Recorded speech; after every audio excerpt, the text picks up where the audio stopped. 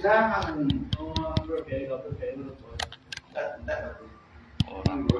Training. Bukan.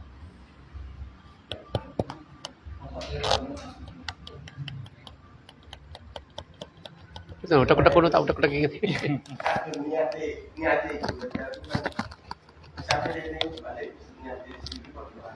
Ini mari rusak saja. Kalau syaratin. Loh, kok aneh. Itu share.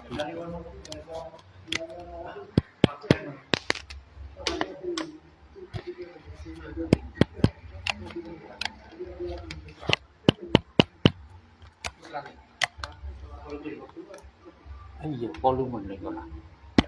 Kak. Waduh, nek kok error meneh iki.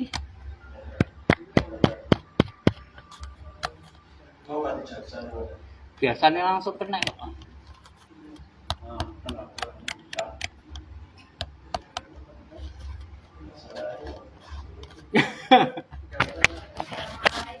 Waalaikumsalam.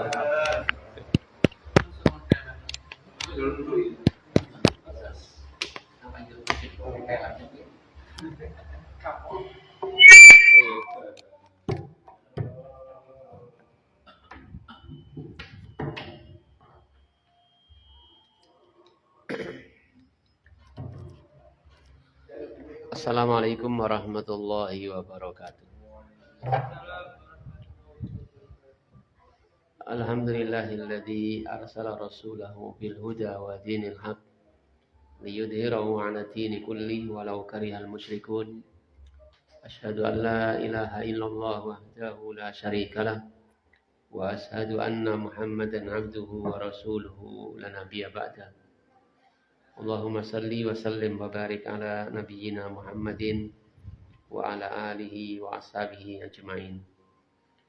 Ikhwani wa akhwati fillah rahimani wa rahimakumullah. Alhamdulillah, tak lupa kita panjatkan syukur kita kepada Allah Subhanahu wa taala atas semua nikmat-nikmatnya yang tiada bisa kita menghitungnya, yang selalu kita rasakan.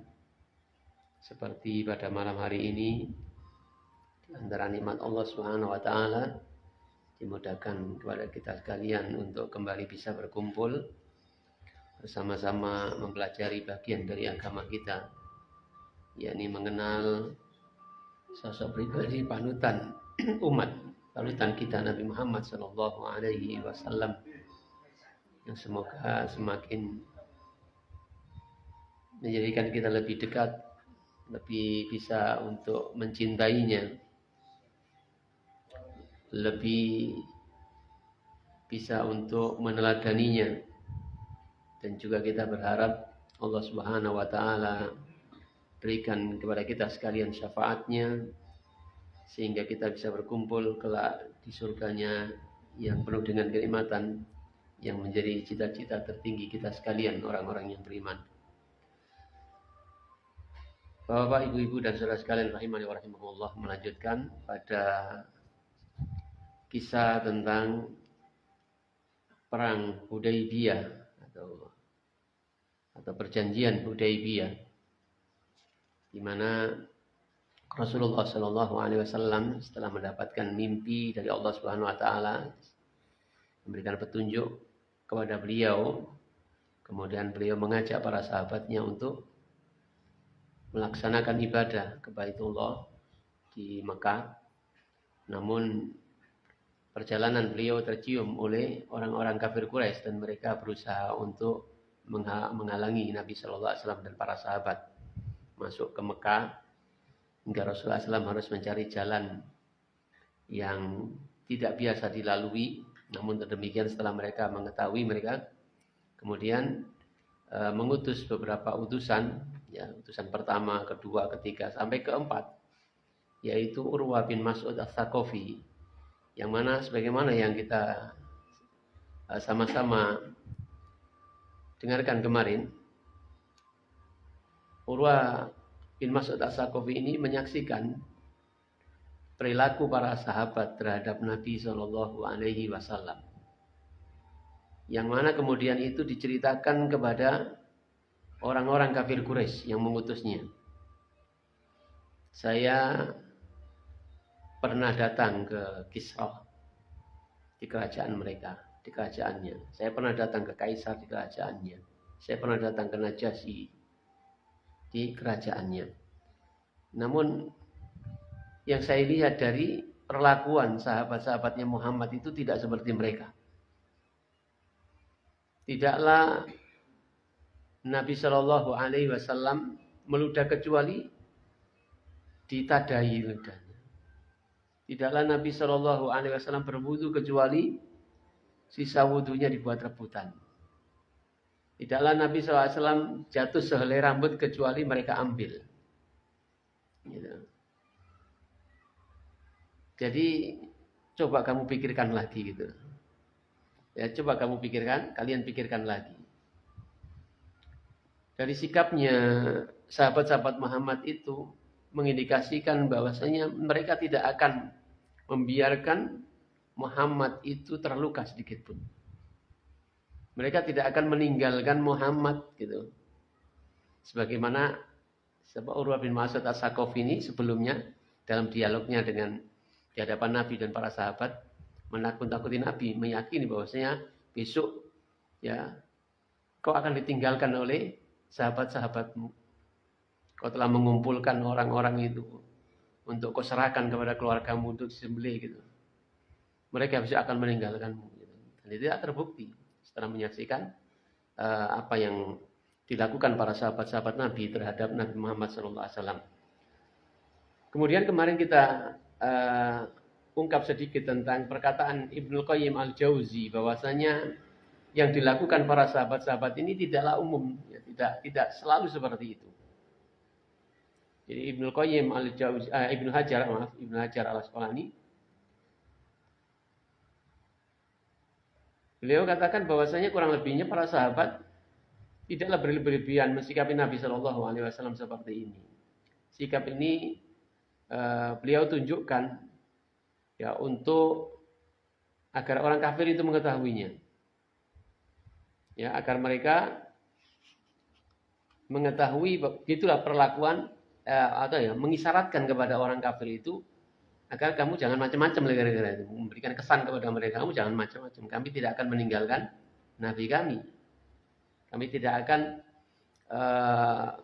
membiarkan Nabi kami terluka sedikit pun. Jadi mengisyaratkan seperti itu sepertinya kepada para orang-orang kafir Quraisy yang memusuhi Nabi Shallallahu Alaihi Wasallam, yang akan memerangi Nabi Shallallahu Alaihi Wasallam.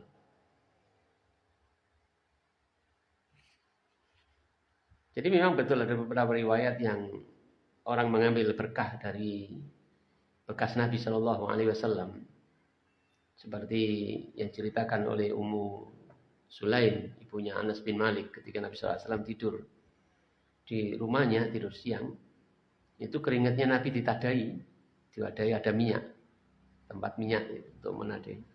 Ketika Nabi SAW bangun dan bertanya, apa itu minyak? Ini adalah keringat Anda, wahai Nabi. Kami akan mengambil berkah darinya. Nabi biarkan saja. Dan memang Nabi SAW orang yang diberkahi. Kemudian tempat wudhu Nabi SAW dari rebutan para sahabat ada yang demikian itu memang. Ya, termasuk rambut Nabi yang disimpan oleh Ummu Salamah, istrinya Nabi SAW, ditaruh di dalam suatu wadah dan diambil keberkahannya. Kalau ada orang yang mengeluh sakit kemudian datang kepada Ummu Salamah, maka rambut Nabi itu ditaruh di satu wadah kemudian dikasih air dan air itu diminumkan kepada orang yang sakit. Benar ada riwayatnya seperti itu. Ya, mengambil keberkahan dari apa yang ada pada Nabi SAW. Karena memang Nabi SAW adalah orang yang diberkahi oleh Allah Subhanahu Wa Taala, orang yang badannya seluruhnya adalah berkah. Jadi tidak semua sahabat memperlakukan seperti itu. Dan itu hanya pada Nabi SAW.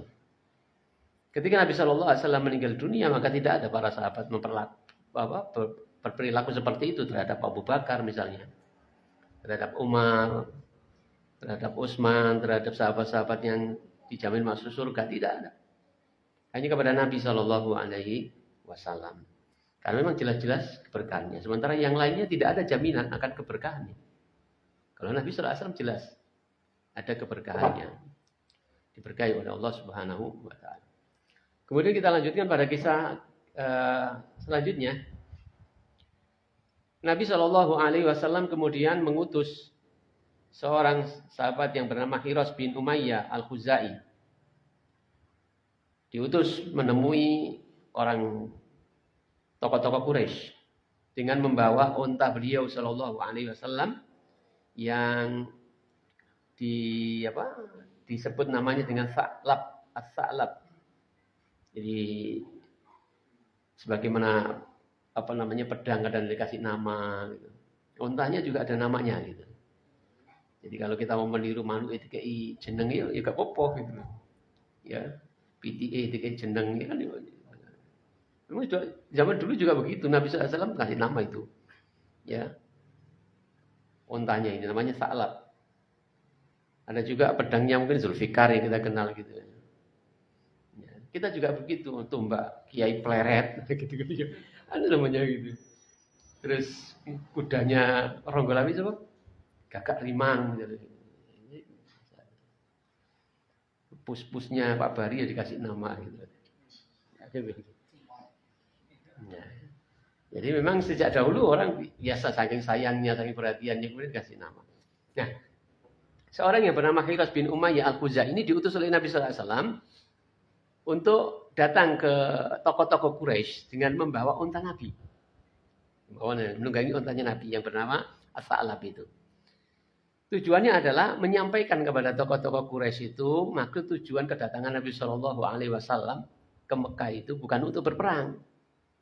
Ya bukan untuk berperang sebagaimana telah ditunjukkan oleh Nabi SAW terhadap utusan-utusan mereka yang diutus datang kepada Nabi SAW menanyakan tujuannya. Tapi kok ya sampai empat utusan gitu, kok gak terima gitu, kok gak percaya gitu. Padahal sudah ditunjukkan juga di antara utusan mereka yang mereka utus itu agar binatang-binatang korban yang mereka bawa, yang sahabat-sahabat bawa itu ditunjukkan bingon gitu. Dan mereka tahu kan tujuannya kita ini bukan untuk berperang, tapi untuk beribadah di Masjidil Haram. Tapi jika percaya sampai terakhir itu adalah Urwah bin Mas'ud As-Saqafi yang diutus, yang berikan kesaksian seperti tadi. Lalu kemudian Nabi SAW setelah itu mengutus, ya, nek gak percaya, ya coba kita usahakan lagi gitu menurut saya. Maka diutus seorang Hiras bin Umayyah Al-Khuzai ini dengan membawa untanya Nabi, menjelaskan kepada mereka bahwasanya tujuan kedatangan Nabi dan para sahabat itu bukan untuk perang. Yang menegaskan kembali begitu, bukan untuk perang tapi untuk beribadah di Masjidil Haram. Ya tawaf misalnya gitu, ibadah di sana. Namun kemudian mereka hampir-hampir malah membunuh Hiras ini. Ya, mereka menyembelih untanya Nabi Shallallahu Alaihi Wasallam, terus Hiras sendiri mau dibunuh oleh orang-orang kafir Quraisy ini. Untung saja kemudian ditolong oleh Ahabis. Ahabis itu adalah suku-suku yang punya perjanjian gitu, dengan Quraisy, dengan tokoh Quraisy. Di antaranya adalah Bani Al-Haris, juga dari Bani Al-Muttalib.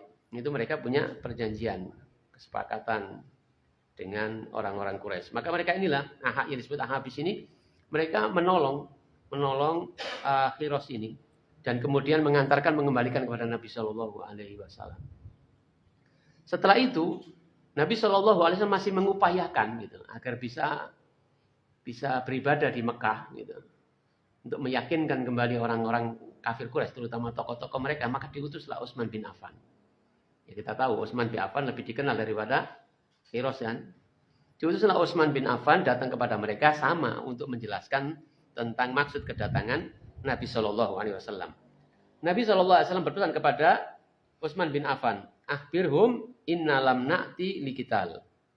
Sampaikan kepada mereka, kabarkan kepada mereka, sesungguhnya kita ini tidak datang untuk berperang. Wa inna maji'na ummaron. Dan sesungguhnya kita datang ini untuk melaksanakan umroh. Wadu'uhum ilal Islam, dan ajaklah mereka untuk masuk ke dalam agama Islam. Dakwai mereka agar mau menerima Islam. Selain itu Nabi SAW memerintahkan kepada Utsman untuk mendatangi orang-orang yang telah masuk Islam, tapi karena terkendala, ya karena posisinya yang lemah, kemudian mereka tidak bisa ikut serta dalam rombongan hijrah ke Madinah. Jadi ada orang-orang yang telah masuk Islam, mereka tertinggal di Mekah karena kondisi mereka yang lemah, ya. Kondisi mereka, ini statusnya lemah dan sebagainya. Karena kita tahu kan dalam kisah-kisah sebelumnya, bahwasanya orang yang mau hijrah itu dihalangi. Orang yang mau hijrah itu dihalangi. Termasuk juga Ar-Rumi kemarin itu. Ya, Ar-Rumi ini bukan dari Rum, kita jelaskan kemarin, bukan dari bangsa Romawi, tapi dia adalah orang yang ditawan. Dalam suatu peperangan ditawan oleh orang Romawi, kemudian hidup bersama orang Romawi sampai ngomongnya seperti orang Romawi. Akhirnya dia dipanggil Ar-Rumi itu. Ya, kemudian dia balik ke Mekah, ya bisa selamat dan kembali ke Mekah, dia berdagang sampai kaya raya. Dan ketika para sahabat-sahabat diperintahkan Nabi Shallallahu Alaihi Wasallam hijrah ke Madinah, maka dia pun ikut hijrah ke Madinah dengan membawa dengan harta kekayaan yang cukup untuk berangkat ke sana. Tapi kemudian dia kena cegatan orang-orang yang mencegatnya dari orang-orang kafir Quraisy itu mencegatnya. Yang mereka katakan, kok enak sekali kamu ini. Kamu datang ke Mekah dalam keadaan miskin, kemudian setelah kaya, gitu. Lalu mau kamu bawa keluar itu harga kekayaanmu itu, nggak bisa. Ya, gitu kamu harus balik. Gitu. Lalu kemudian tawar menawar, sudah izinkanlah saya, gitu ya kan. Kurang lebihnya izinkan saya untuk pergi. Saya tinggalkan harta kekayaan saya bersama PPN gitu. Yang penting saya bisa keluar dari Mekah. Gitu. Demi agama saya ingin ke Mekah, walaupun harus meninggalkan harta kekayaan yang selama ini dicari-cari dan dikumpul-kumpulkan. Akhirnya ya dipersilakan, ya nggak apa-apa gitu. Jadi mereka menghalangi. Termasuk sikap Umar bin Khattab, ya, yang kemudian dia jagoan ya, gimana lagi sikapnya jagoan kan memang beda dengan sikapnya yang nggak jagoan dan delik-delik gitu. Lalu Umar kan terang-terangan gitu. Ya siapa yang berani menghalangi tak tebas lehernya kan. Ayo siapa yang mau menghalangi, saya mau hijrah gitu. Siapa yang mau menghalangi? Gorok. Jadi dihalangi. Ada orang-orang yang memang terhalang dengan itu. Ya, status sosialnya lemah, biasanya mereka sulit untuk keluar gitu. Ya, ataupun yang keluar kemudian ketangkap gitu. Kembalikan lagi dan selalu diawasi. Dari Utsman ini diutus oleh Nabi SAW menyampaikan kepada tokoh-tokoh Quraisy, kepada Abu Sufyan dan lain-lainnya tentang maksud dan tujuannya datang ke Mekah. Selain itu dipesankan oleh Rasulullah SAW agar Utsman ini mendatangi orang-orang Islam yang ada di Mekah dan memberikan pesan Rasulullah SAW agar mereka bersabar. Ya, agar mereka bersabar, bersabar dan bergembiralah kata pesan Nabi SAW agar mereka dikasih kegembiraan. Berikan kabar gembira kepada mereka akan kemenangan, akan dekatnya kemenangan. Lalu kemudian Utsman berangkat melaksanakan tugas dari Nabi Shallallahu Alaihi Wasallam, datang ke tempat orang-orang Quraisy di daerah Baldah, kemudian mengabarkan kepada mereka apa yang telah disampaikan oleh Nabi SAW, dipesankan oleh Nabi Shallallahu Alaihi Wasallam untuk disampaikan. Lalu kemudian ada seorang yang bernama Usama bin Sa'id bin As. Dia datang kepada Utsman dan mengajak Utsman. Jadi Utsman ini dibawa ke Mekah. Kemudian Utsman ini dibawa ke Mekah. Nah, sampai di sini terdengar kabar burung pada orang-orang Islam. Atau bukan kabar burung ya. Orang-orang Islam itu menyangka bahwasanya Utsman ini yang sudah sampai di Mekah itu, Utsman telah melaksanakan tawaf. Utsman telah melaksanakan tawaf di Baitullah. Lalu Rasulullah SAW mengatakan kepada mereka, wa ma'adzunnu tawafa bil baiti wa nahnu maksurun. Tidaklah menurut persangkaanku Utsman itu telah melakukan tawaf di Baitullah, sementara kita masih tertahan di sini. Ya, aku menyangka Utsman tidak akan melakukan seperti itu. Lalu mereka mengatakan, dan apa yang mencegahnya wahai Rasulullah? Para sahabat bertanya waktu itu, dan apa yang mencegahnya sehingga Utsman tidak melakukan tawaf padahal dia telah sampai di sana. Lalu Rasulullah SAW mengatakan dzalika dzanni bihi alla yatufa bil ka'bati hatta tatufa ma'ahu. Ya itulah yang persangkaanku, itulah persangkaanku terhadapnya. Bahwasanya dia tidak akan melakukan tawaf di Ka'bah hingga kita semua tawaf bersamanya. Lalu sampai berita kepada Rasulullah SAW bahwasanya Utsman ini dibunuh, gitu. Ya, dibunuh. Sebagaimana juga Khiros kan hampir dibunuh. Gitu. Jadi sampailah berita burung dari Nabi Sulaiman. Nah, itu. Artinya berita burung, bahasa kita adalah berita burung. Berita burung. Ya, jadi sampai berita-berita yang gak jelas begitu sampai kepada Nabi Shallallahu Alaihi Wasallam. Dan memang itu kan bagian dari peperangan, kan itu bagian dari peperangan untuk menjatuhkan mental, dan sebagainya, membuat panik. Jadi sampai berita kepada Nabi Shallallahu Alaihi Wasallam bahwasanya Utsman ini telah dibunuh oleh mereka. Lalu Nabi Shallallahu Alaihi Wasallam kemudian menyampaikan kepada para sahabat untuk berkumpul untuk berbaiat menolong Utsman. Jadi untuk menolong Utsman. Jadi akhirnya Nabi SAW membaiat mereka semua untuk siap menolong Utsman. Hadhihi an Utsman. Ini semua adalah untuk menolong Utsman. Dan hanya ada satu orang waktu itu yang tidak ikut berbaiat, yaitu Al-Jad bin Qais. Semuanya ikut baiat, menyatakan sumpah setia untuk membela Utsman. Yang kabar burungnya dibunuh oleh orang-orang kafir Quraisy itu. Tatkala selesai baiat itu, tiba-tiba Utsman datang. Lalu orang-orang Islam pada waktu itu bertanya, apakah kamu telah tawaf? Gitu. Apakah kamu telah melaksanakan tawaf di Ka'bah? Kata Utsman, kok alangkah buruknya persangkaanmu kepada aku. Jadi bahasa Utsman, bi'sa ma dzanantum bi. Alangkah buruknya dugaanmu, persangkaanmu terhadapku. Walladzi nafsi biyadihi lau makastu biha sanatan wa Rasulullah SAW muqimun bil Hudaybiyah ma tuftu biha hatta yatufa biha Rasulullah sallallahu alaihi wasallam. Walaqad da'atni Quraisyun ila tawaf bil baiti fa abaitu. Jadi kata Utsman, bi sama donantum bi, alangkah buruknya dugaanmu ini kepadaku. Walladzi nafsi biyadi, dan demi jiwaku yang ada di tangannya, ya, demi Allah. Lau makastu biha sanatan, andai kata aku tinggal di Mekah selama 1 tahun. Wa Rasulullah SAW muqimun bil Hudaybiyah, sementara Rasulullah SAW masih tertahan di Hudaybiyah, matuftu biha, aku tidak akan melakukan tawaf.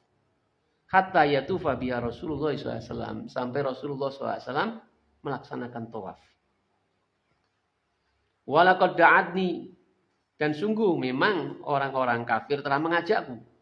Walaqad da'atni Quraisyun, dan sungguh benar-benar memang orang Quraisy itu mengajakku ila tawafi bil baiti, untuk melaksanakan tawaf di Baitullah.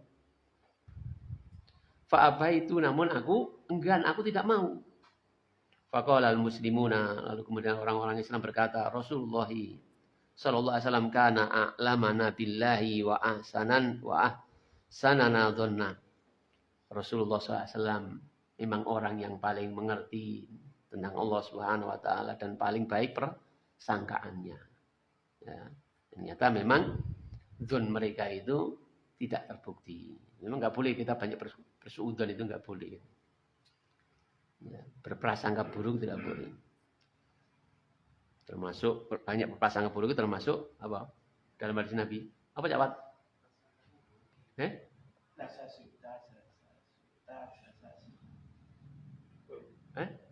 Suudzon.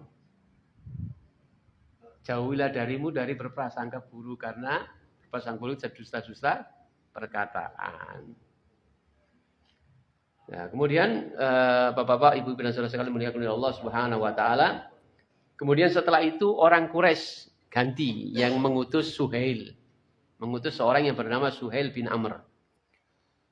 Dan mereka berkata kepada Suhail, ente datangi Muhammad dan ajaklah membuat kesepakatan.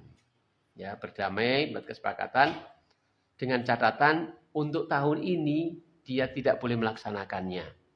Ya, kita tidak ingin orang-orang Arab membicarakan kalau Muhammad itu bisa memaksa kita sehingga bisa masuk ke Mekah.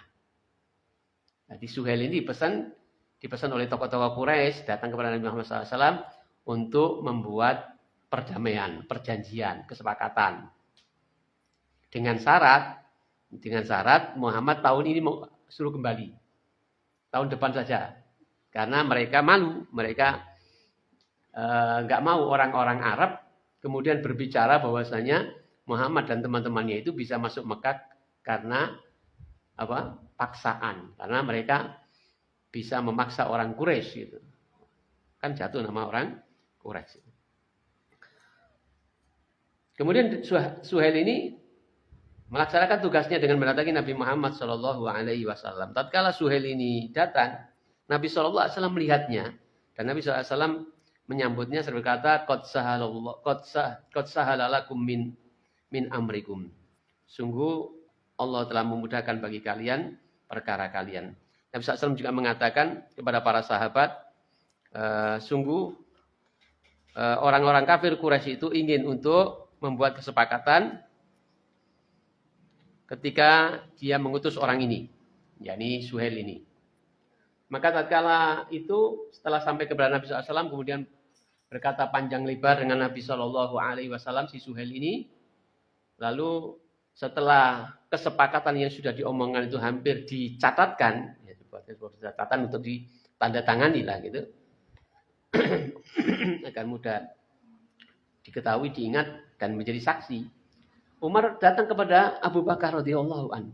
Umar yang mendengar percakapan itu kemudian berkata datang mendatangi Abu Bakar As-Siddiq radhiyallahu anhu. Lalu Umar mengatakan, "Ya Abu Bakar, wahai Abu Bakar, bukankah dia itu adalah utusan Allah? Alaisa bi Rasulillah. Bukankah dia itu adalah Nabi Allah, utusan Allah?" Menyebut Nabi Muhammad itu.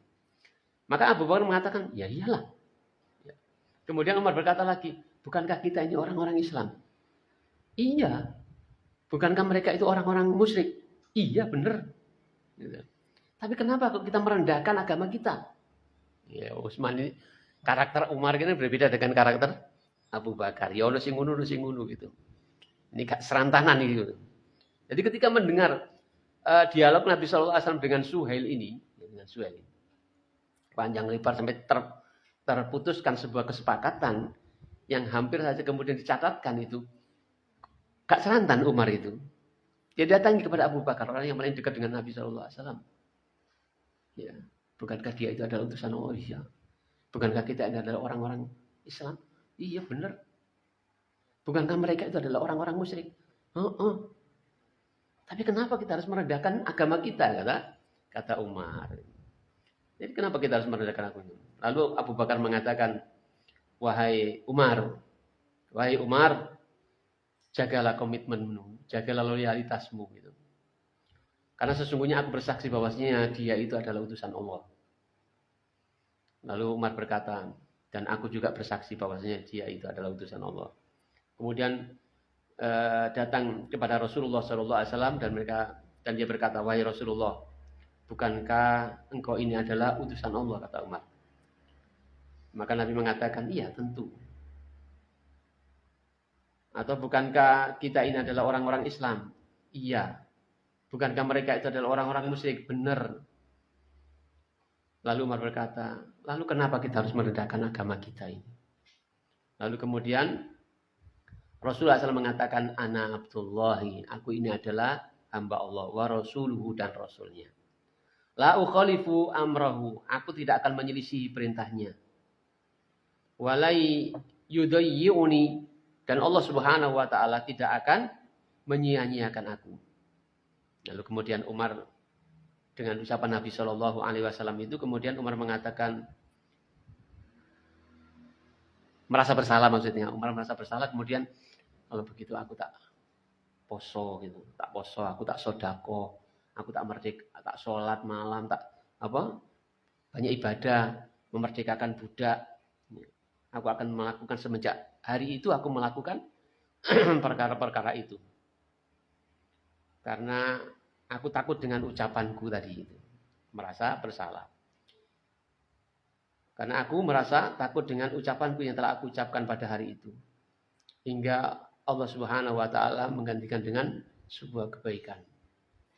Jadi inilah sikap taubatnya orang yang bersalah, merasa menyesal dan langsung tersadarkan, kemudian setelah itu diikuti dengan amalan-amalan yang baik. Ya, dengan amalan-amalan ketaatan kepada Allah Subhanahu wa taala. Puasa sunnah, sholat sunnah, sholat diperbanyak gitu, sedekah diperbanyak. Ya, kalau nggak salah kebunnya kemudian dikasihkan itu, benar apa yang dicintainya gitu. Agar supaya tobatnya diterima oleh Allah Subhanahu wa taala. Allah gantikan dengan kebaikan, diterimanya tobat dari apa yang telah dilakukan berupa ucapan yang dianggap sebuah kekeliruan, kok juga mendahului gak serantan itu, kurang apa ya, kurang loyalnya kepada Nabi, tidak seperti Abu Bakar gitu. Pokoknya apa yang dilakukan Nabi mesti benar gitu, kok nggak bisa seperti itu gitu. Ya itu kan memang karakter Umar dengan Abu Bakar berbeda. Dan Abu Bakar itu memang terkenal sebagai orang yang selalu konsisten dengan, ya sampai digelari as-siddiq ya karena begitulah. Ya, tidak ada sedikit pun keraguan tentang apa yang dilakukan oleh Nabi Muhammad SAW. Dan kita ingat ketika orang-orang kafir mendengar dari Nabi bahwasanya Nabi dulu sudah ya, bahwasanya Nabi menceritakan semalam itu saya diperjalankan oleh Allah Subhanahu wa taala dari rumahku sampai Masjidil Aqsa. Nah, itu orang-orang kafir kan senang mendengar berita itu. Ya, senang. Senangnya itu bukan karena membenarkan, tapi bisa dijadikan bahan untuk memurtadkan sahabat-sahabat yang telah masuk Islam. Lalu mereka mendatangi orang-orang yang sudah masuk Islam. Di antaranya mereka dengan gembira sekali bersemangat datangi rumah Abu Bakar radhiyallahu anhu. Wahai Abu Bakar, ya geran wahai Abu Bakar, ini kata temanmu nih, gitu. Kamu pasti bisa berpikir ini, gimana temanmu ini? Ceritakan katanya dia itu semalam itu sampai ke Masjidil Aqsa dan sebelum pagi sudah sampai, balik lagi ke rumahnya. Coba pikir, masuk akal enggak itu? Masa kok percaya, masa bener dia itu sudah gila gitu, sudah ngawur itu, bukan nabi itu gitu. Karena seperti itu, untuk melemahkan iman Abu Bakar, untuk memurtadkan Abu Bakar. Padahal kita semua ini pernah ke sana. Dan perjalanan antara Mekah dengan Masjidil Aqsa di Palestina, di negeri Sam. Itu perjalanan itu, mereka berdagang itu kurang lebih 30 hari sampai 40 hari. Ya ini kok masuk temanmu itu ngomong semalam itu. Sampai di sana. Coba pikir. Apa jawaban Abu Bakar itu? Kalau memang yang diomongkan, yang ngomong itu Muhammad, ya pasti benar. Kalau memang yang ngomong, yang cerita itu Muhammad, pasti benar. Bahkan saya jauh sebelum itu saya sudah percaya sama dia. Maksudnya ketika Nabi Muhammad mengatakan mendapatkan wahyu, Abu Bakar kan orang pertama yang beriman padanya. Maka kata Abu Bakar, jauh sebelum ini, gitu, saya sudah percaya kepadanya. Gitu. Jadi klemos gadot, gagal total usahanya. Itulah Abu Bakar, karakter Abu Bakar. Ya, karakter Abu Bakar. Makanya dia mendapatkan gelaran as-siddiq. Nah, Umar di sini merasa bersalah dengan ucapannya itu. Dengan ucapannya yang mempertanyakan, bukankah dia itu seorang nabi? Bahkan di hadapan Nabi SAW, bukankah Anda ini seorang utusan Allah? Iya. Bukankah kita ini seorang muslim? Iya. Dan seterusnya. Umar merasa bersalah. Kemudian dia berkomitmen untuk melakukan puasa, bersedekah, sholat, memerdekakan budak. Gitu. Karena dia merasa takut dengan ucapan yang telah diucapkannya pada waktu itu. Dan berharap pada Allah Subhanahu wa taala digantikan dengan sebuah kebaikan. Kemudian Rasulullah SAW memanggil Ali bin Abi Thalib. Ali bin Abi Thalib disuruh mencatat. Rasulullah SAW mengatakan kepada Ali bin Abi Thalib, tulislah uktub bismillahirrahmanirrahim. Tulislah wahai Ali, bismillahirrahmanirrahim. Faqala Suhail, lalu Suhail berkata, kami tidak mengenal kalimat ini, akan tetapi tulis saja Bismillahi Allahumma. dengan nama Allah, ya Allah. Jadi mereka tidak kenal dengan Ar-Rahman Ar-Rahim. Nggak mau Suhail ini. Nah, ini memang diutus karena ahli diplomasi dia. Gitu ya. Tidak ya doa gitu. Gak cocok, gak gelem deh gitu. Makanya dia diutus. Karena memang orang yang ahli diplomasi. Ketika Nabi SAW menyuruh Ali tulislah wahai Ali, Bismillahirrahmanirrahim. Maka kata Suhail, enggak. Ya, kami enggak kenal kalimat itu. Tulis saja Bismillahi Allahumma. Lalu kemudian Nabi SAW, ya wis, tulislah wahai Ali, Bismillahi Allahumma. Lalu Ali menuliskannya. Kemudian Nabi mengatakan, tulislah. Ini adalah kesepakatan antara Muhammad dengan Suhail bin Amr. Ini adalah kesepakatan perjanjian antara Suhail bin Umar. Lalu Suhail berkata, ini adalah sebuah kesepakatan antara Muhammad Rasulullah SAW dengan Suhail bin Amr. Lalu Suhail menyangkal. Enggak. Kalau seandainya aku bersaksi bahwasanya engkau adalah utusan Allah, maka kami tidak akan memerangimu. Tulis saja namamu dan nama ayahmu. Lalu Nabi SAW menyuruh Ali agar menuliskan nama beliau dan nama ayahnya. Jadi kata Suhail, uktub, walakin uktub ismaka wa isma abika. Tapi tulislah namamu dan nama ayahmu, berarti Muhammad bin Abdullah. Maka Nabi SAW menyuruh Ali, tulislah ini adalah sebuah perjanjian atau kesepakatan antara Muhammad bin Abdullah dan Suhail bin Amr. Suatu kesepakatan yang di dalamnya banyak poin-poinnya. Yang diantaranya adalah gencatan senjata untuk tidak saling memerangi. Kemudian gencatan senjata tidak saling memerangi selama 10 tahun. Kemudian memberikan keamanan kepada orang-orang. Kemudian menahan diri sebagian daripada sebagiannya untuk tidak menyerang. Barang siapa yang kemudian yang lainnya barang siapa yang datang kepada Nabi Muhammad dari orang-orang Quraisy tanpa izin walinya, maka harus dikembalikan kepada orang-orang Quraisy di Mekah. Tapi kalau ada orang Madinah, orang Islam yang kembali ke Mekah, tidak harus dikembalikan. Misalnya murtad atau apa, terus ke Mekah, tidak harus dikembalikan, tidak boleh dikembalikan. Jadi kayak jomplang gitu. Kan kayak rugi gitu ya. Kalau ada orang dari Mekah karena dia Muslim, lalu dia datang ke Madinah tanpa izin dari walinya atau keluarganya, maka harus dikembalikan.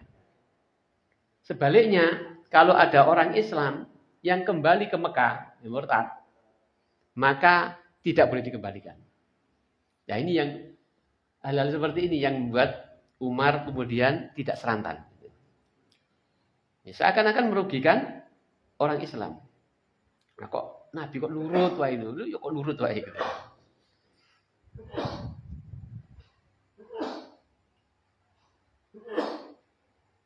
Kemudian disepakati perjanjian ini perjanjian yang tidak boleh dikhianati. Ya. Selain itu juga ada tidak boleh mencuri, tidak boleh berkhianat gitu. Tidak boleh mencuri, tidak boleh berkhianat. Barang siapa yang bergabung kepada perjanjian mengikuti Muhammad, maka silakan. Yang mau bergabung kepada Quraisy silakan. Lalu kemudian berdiri Bani Khuza'ah, dia menyatakan bergabung dengan Nabi. Kemudian berdiri pula Bani Hanifah, kemudian dia menyatakan bergabung dengan Quraisy. Bani Bakar, mereka menyatakan bergabung dengan Quraisy. Nah, setelah itu, ikhwani wa akhwati fillah rahimani wa rahimakumullah, di antara terkandung syarat-syarat untuk agar Rasulullah Shallallahu Alaihi Wasallam secara umum tahun depan baru boleh kembali Tahun ini harus kembali ke Madinah, tahun depan baru boleh kembali. Sampai di Mekah, kemudian 3 hari orang-orang Quraisy akan mengosongkan dan kemudian mereka boleh masuk ke Mekah tanpa boleh membawa senjata. Nah, setelah perjanjian itu tiba-tiba ada anaknya Suhail ini yang datang. Ya, qadarullah setelah selesai perjanjian ini tiba-tiba ada anaknya Suhail yang datang, namanya Abu Jandal. Orang Abu Jandal. Abu Jandal bin Suhail gitu. Abu Jandal bin Suhail bin Amr. Dia datang kepada Nabi SAW menyatakan masuk Islam. Menyatakan masuk Islam. Kata Suhail, ya langsung ditengkram aja anak gitu. Taboi cengkram gitu. Ini yang baru saya tuliskan. Gitu. Ini yang baru saya tuliskan. Anak ini mempermalukan bapaknya gitu. Jadi langsung dicengkram sama bapaknya. Lalu kemudian Nabi SAW meminta kepada Suhail ini, ya itu anakmu dewi wis gak apa-apa lah gitu, izinilah gitu. Ya sebagai walinya ya izinkan lah, itu karepe dewi wis gedhi kan. Tapi Suhail gak mau. Ini adalah kesepakatan kita, kamu harus mentaatinya. Ya wis kalau begitu, bawa anakmu. Jadi bawalah anakmu. Dan Nabi SAW mengatakan kepada Abu Jandal agar bersabar dan hanya mengharapkan pahala dari Allah Subhanahu wa taala. Ya dengan terpaksa Abu Jandal ini kemudian diserahkan kepada bapaknya untuk dibawa pulang. Dan dia hanya menasihati agar bersabar. Ya agar bersabar dan mengharapkan pahala dari Allah Subhanahu wa taala. Karena sesungguhnya Allah Subhanahu wa taala akan menolong orang-orang yang lemah ya di antara kaum muslimin. Itu salah menghiburlah karena sesungguhnya Allah Subhanahu wa taala akan menjadikan bagimu dan bagi orang-orang yang bersamamu dari orang-orang yang lemah, mustadafin, itu farjan wa makhraja, kemudahan dan jalan keluar. Dan sesungguhnya kita ini telah terikat perjanjian, maka saya harus memenuhi perjanjian ini mengembalikan kamu kepada keluargamu. Nah saat itu kaum muslimin sangat bersedih. Ya, sangat bersedih. Kesedihan pertama adalah ketika mereka sudah bersungguh-sungguh, sudah semangat, sudah bahagia, senang, ya, datang ke Mekah untuk beribadah ke Ka'bah, tempat yang sangat mereka rindukan karena tanah kelahiran mereka, karena memuliakan yang namanya Masjidil Haram atau Ka'bah ini. Ketika Rasulullah SAW mengajak untuk datang ke sana beribadah, Masya Allah, itu kayak apa ya? Kayak saat panas kemudian diguyur air hujan, masa segernya gitu. Sudah semangat, sudah optimis. Ternyata tahun itu tidak boleh, harus kembali. Terpaksa mereka harus kembali. Maka mereka ini bersedih. Kesedihan yang kedua adalah ketika menyaksikan saudaranya, yaitu Abu Jandal yang datang ke Madinah, gitu. Mau bergabung dengan kaum muslimin di Madinah, melaksanakan agamanya dengan aman, tanpa gangguan orang-orang kafir, di depan mata mereka. Mereka tidak bisa berbuat apa-apa. Karena terikat dengan perjanjian, mereka tidak bisa menolongnya. Harus kembali menyerahkan itu kembali kepada orang-orang, terutama bapaknya ini. Itu mereka sungguh sangat bersedih. Bagaimana mereka merasakan kesedihan saudaranya sebagaimana saudaranya sedih. Itu betul-betul dirasakan para sahabat pada waktu itu. Kemudian Bapak-bapak, Ibu-ibu dan saudara sekalian dimuliakan oleh Allah Subhanahu wa taala. Maka tatkala selesai dari perjanjian itu, kemudian Rasulullah SAW mengajak kepada para sahabat supaya bersiap-siap untuk kembali ke Madinah dan menyembelih korbannya dulu. Dan menyembelih korbannya karena tidak jadi melaksanakan umroh. Jadi sembelih korbannya. Kemudian apa yang terjadi? Omongannya Rasulullah itu gak pakai gatekno, sahabat. Uji terkesan dengan perjanjian kok kayak merugikan gitu. Rasulullah SAW ngajak berkorban itu enggak ono sih nanggapi. Sampai kemudian Rasulullah SAW masuk ke dalam tendanya menemui istrinya yaitu Ummu Salamah. Dia ceritakan, dia sampaikan kepada Ummu Salamah. Gimana ini? Ya, sahabat-sahabat ini kok enggak patek ngeh gitu. Saya ngomong begini ajak korban kok diem aja gitu. Gimana ya ini? Terus istrinya menasihati, gini aja wahai Nabi, jangan keluar aja. Gak usah ngomong dengan sahabat-sahabat, gak usah ngomong dengan seorang pun. Jenengan sembelih saja korban jenengan, lalu minta orang untuk mencukur kepala jenengan. Akhirnya Nabi nurut nasihat istrinya, dia keluar aja, kasih contoh langsung nyembelih, kemudian dia meminta seorang untuk mencukur gondol rambutnya. Baru kemudian sahabat ketika melihat Nabi SAW melakukan seperti itu, baru kemudian mereka pada saling menyembelih hewan-hewan korbannya. Dan kemudian saling mencukur rambutnya, sampai ribut saking tegangnya. Ya, masih terngiang-ngiang dengan perjanjian yang kayak berat sebelah itu. Ya mereka ketika mencukur rambutnya ada yang botak, ada yang dipotong pendek gitu. Hampir-hampir mereka gegeran gitu, saking paniknya kondisi saat itu. Dan Rasulullah SAW berdoa kepada Allah Subhanahu Wa Taala mendoakan orang yang gundul rambutnya. Gitu.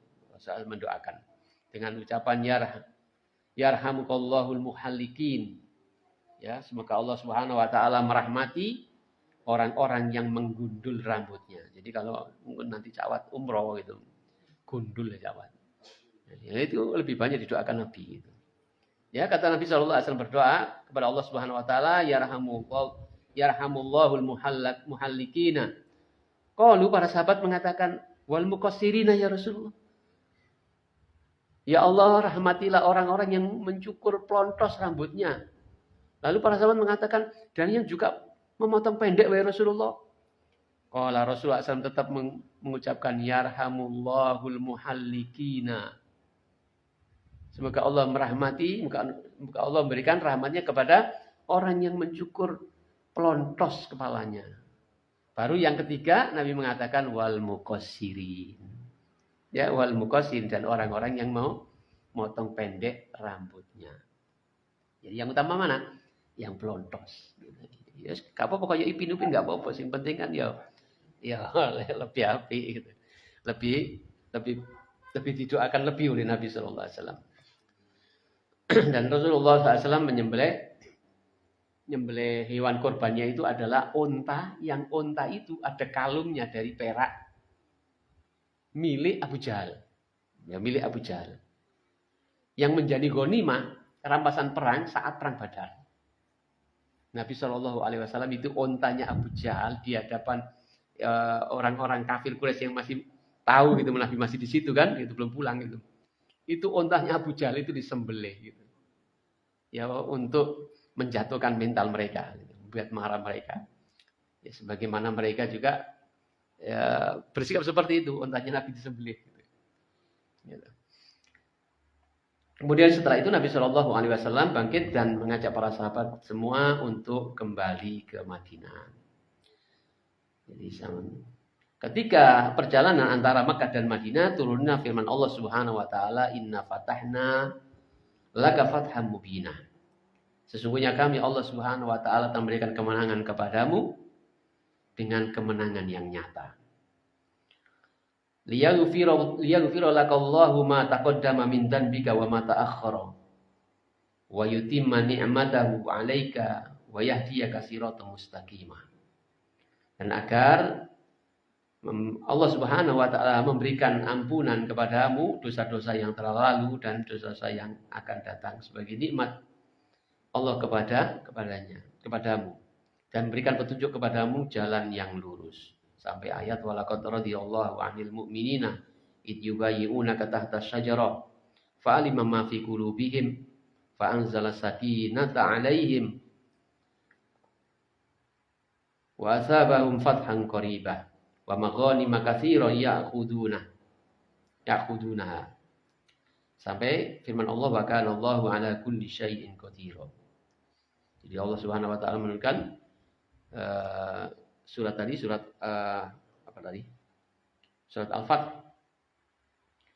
Juga menurunkan ayat Allah yang lainnya, laqad radhiyallahu, dan sungguh Allah telah ridho anil mu'minina, kepada orang-orang yang beriman, id yubayyi'unaka, ketika mereka berbaiat kepadamu tahta syajarah, di bawah pohon.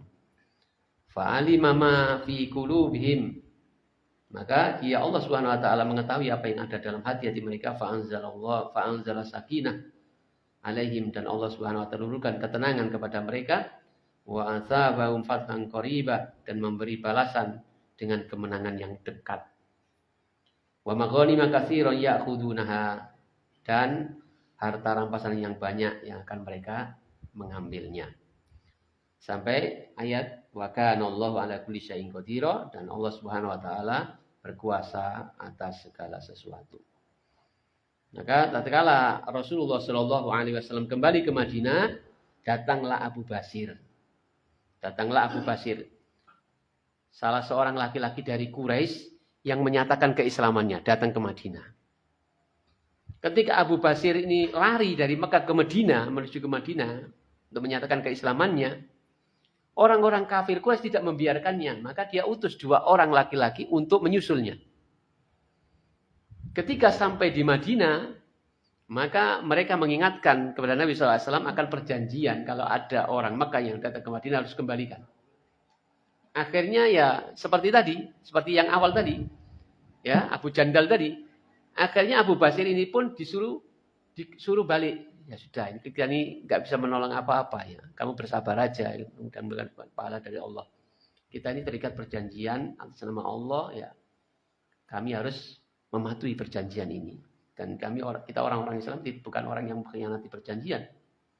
Ya sudah, mohon maafnya sebesar-besarnya, kira-kira begitu, sabarlah gitu. Kepada Abu Basir. Terpaksa Abu Basir ini ikut balik dengan 2 orang ini. Di tengah perjalanan ketika mereka istirahat dan makan-makan kurma, maka Abu Basir mengatakan kepada salah satu laki-laki yang mengawalnya itu, dia mengatakan, demi Allah, kayaknya pedangmu ini bagus banget ya. Mas, kayaknya pedangmu tak lihat kok bagus banget ya. Kata laki-laki ini, wallahi demi Allah bener ini pedangku ini pedang bagus ini, pilihan ini. Coba lihat gitu. Ketika diserahkan, orang itu digorok sama Abu Basir. Dan yang satunya malah dibunuh, lari dia. Ketika temannya meninggal dunia, dibunuh. Yang satunya ini lari ke Madinah lagi, balik ke Madinah lagi, sampai ke Masjid Nabi. Dengan ketakutan. Ketika Nabi SAW ketemu dengan Nabi, dia katakan, ini Abu Basir, temanku dibunuh oleh Abu Basir dan dia hendak membunuhku gitu. Dengan ketakutan dimana seperti itu. Lalu kemudian ya Nabi mengatakan, ya sudahlah kamu balik. Kita terikat perjanjian. Ternyata Abu Basir ini balik bukan ke Mekah, tapi bergabung dengan Abu Jandal tadi. Jadi ternyata Abu Jandal itu ketika di Mekah dia balik nggak mau tinggal dengan orang-orang Mekah gitu, orang-orang kafir itu. Dia keluar ke suatu daerah yang kemudian disusul oleh Abu Basir bergabung di sana.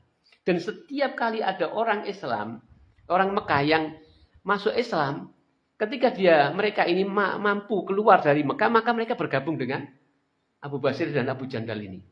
Akhirnya mereka ini menjadi sebuah kelompok yang ditakuti oleh orang-orang kafir Quraisy. Bagaimana tidak, setiap kali kafilah-kafilah dagang dari Mekah ke negeri Syam selalu dicegat oleh mereka. Dibegal oleh mereka. Dibunuh oleh mereka, diambil hartanya. Selalu begitu. Sehingga mengkhawatirkan perjalanan dagang mereka ini. Di mana orang-orang Mekah ini adalah bisnismen, para pedagang, kafilah-kafilah dagang. Akhirnya dengan terpaksa mereka datang kepada Nabi SAW. Wes gak usah nih, gak usah dibalik no. Akhirnya begitu. Ya gak usah dibalik no. Jadi ini bukan Nabi yang mengkhianati perjanjian atau merusak perjanjian, tapi mereka sendiri kemudian ingin menghapus itu. Karena apa? Mereka merasa dirugikan dengan adanya orang-orang Mekah yang datang ke Madinah. Ternyata mereka nggak balik, bahkan ada yang terbunuh dengan peristiwa itu. Dan kemudian mereka membuat ulah menjadi begal-begal yang membegal kafilah-kafilah dagang dari Mekah menuju ke Syam. Ya, ini menakutkan, ini merugikan. Ini menjadikan tidak aman perjalanan dagang mereka. Akhirnya dengan terpaksa mereka datang kepada Nabi SAW agar menghapuskan yang itu. Menghapuskan yang itu. Ya. Dan inilah makar Allah Subhanahu wa taala ya. Mungkin sekilas kita melihat itu sebuah kerugian, tapi ternyata di balik itu ada cara-cara, strategi Allah untuk memenangkan kaum muslimin. Bapak-bapak dan saudara sekalian muliakan oleh Allah Subhanahu wa taala, barangkali ini yang bisa kita sampaikan tentang peristiwa Hudaybiyah. Dan hal-hal yang terkait dengannya insya Allah pada pertemuan berikutnya kita coba untuk ambil faedah-faedah dari perjalanan sejak awal dari kisah ini sampai akhir dari yang sekarang ini. Ya, kita tutup dulu dengan doa kafaratul majelis. Subhanakallahumma wa bihamdika asyhadu an la ilaha illa anta astaghfiruka wa atubu ilaik. Assalamualaikum warahmatullahi wabarakatuh.